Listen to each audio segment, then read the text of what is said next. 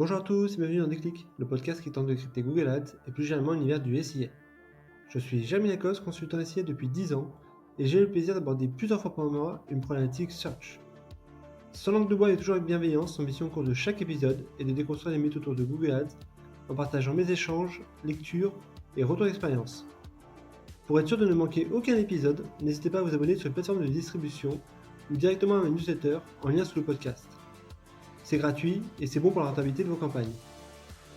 Pour ce 81e épisode, je vous propose de vous partager dans le détail une de mes aventures qui m'est arrivée dernièrement, à savoir la fin de l'alimentation de mes campagnes avec les conversions offline.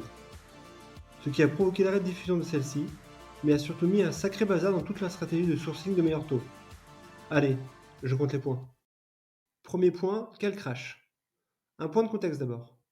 Depuis 3 ans, je pilote les campagnes SIA en full smart bidding avec un mix CPA cible et ROAS cible, et utilise également la remontée des conversions offline du CRM pour alimenter l'algorithme Google.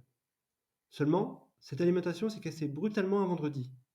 Habituellement, l'impact est minime sur les campagnes puisque celles-ci utilisent l'historique de données pour continuer à diffuser. Or, au retour du boulot lundi, stupeur. La diffusion a été divisée par 10 le week-end et les campagnes sont quasiment à l'arrêt en ce début de semaine. Pire, les deux systèmes d'import que j'utilise, à savoir une API maison entre Salesforce et Google pour un compte et le connecteur standard pour un autre compte, semblent avoir crashé en même temps, alors que les autres comptes qui n'utilisent pas Salesforce fonctionnent correctement, ce qui semble indiquer que le problème se situe sur le endpoint de l'API. Résultat, après avoir relancé plusieurs fois l'API maison, connecté et déconnecté le connecteur standard, et échangé avec le support IT de Google, le service est rétabli au bout de 5 jours, après avoir constaté l'avarie, sans évidemment avoir d'explication sur les causes de ce crash. Deuxième sujet, quel impact?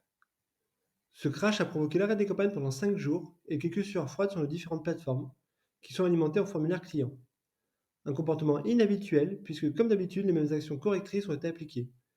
Exclusion de la période de données manquante, augmentation des CPA cibles, refresh des API et connecteurs pour lancer la machine. Mais rien n'y fait. Côté préjudice financier, j'estime cela à plusieurs dizaines de milliers d'euros de manque à gagner sur ces jours de non-diffusion, même si la magie du search fait que finalement, le budget non investi le sera plus tard, dans le mois à venir, notamment au prix d'un surinvestissement. Sur la production enfin, cela a créé un déséquilibre avec aucune alimentation pendant quelques jours, puis ensuite une suralimentation pour les conseillers en lead. J'imagine assez aisément que cela a dû créer de la frustration d'abord, mais surtout désorganiser les services qui doivent compenser ces à-coups au niveau du flux Google. La question en creux, comment réussir à maintenir le même niveau de qualité dans le traitement des demandes clients? Troisième sujet, quel bilan? Cet énième crash est révélateur de plusieurs choses. La première concerne la faiblesse de Google. Malgré toute la littérature que l'on lit sur une plateforme boostée à l'IA, on se rend compte rapidement que dans les forces du smart bidding sont inscrites ses faiblesses. Autrement dit, avec des modèles reposant maintenant quasi exclusivement sur du machine learning, il faut s'assurer que les données transmises soient non seulement exhaustives, mais surtout en continu. La moindre coupure dans l'alimentation, et c'est la cata. Je note d'ailleurs deux comportements différents. Les campagnes ROAS sont mis jusqu'à 7 jours pour repartir, là où les campagnes au CPA cible sont reparties au bout de 4.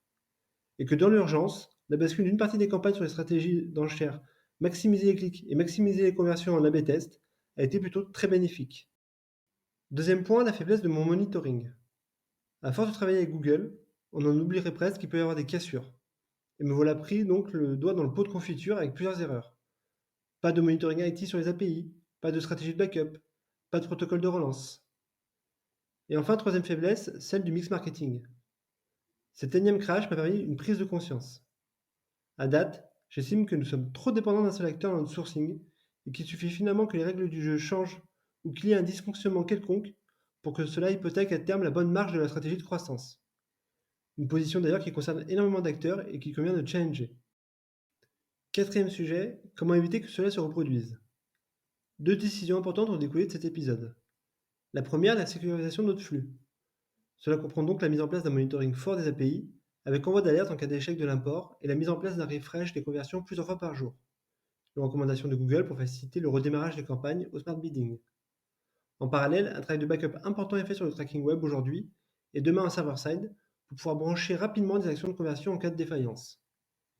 Et enfin, deuxième sujet, l'accélération sur la diversification du sourcing. Pour tout annonceur, dépendre à plus de 50% d'un partenaire dans sa collecte de leads est dangereux, Google ou pas Google.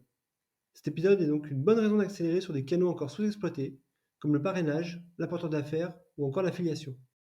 Voilà, ce 81e épisode touche déjà à sa fin, j'espère que vous avez eu le déclic. Comme toujours, je suis preneur de vos retours, propositions de sujets en commentaire ou par message privé sur LinkedIn. D'ici là, prenez soin de vous, et si vous me cherchez, vous savez où me trouver.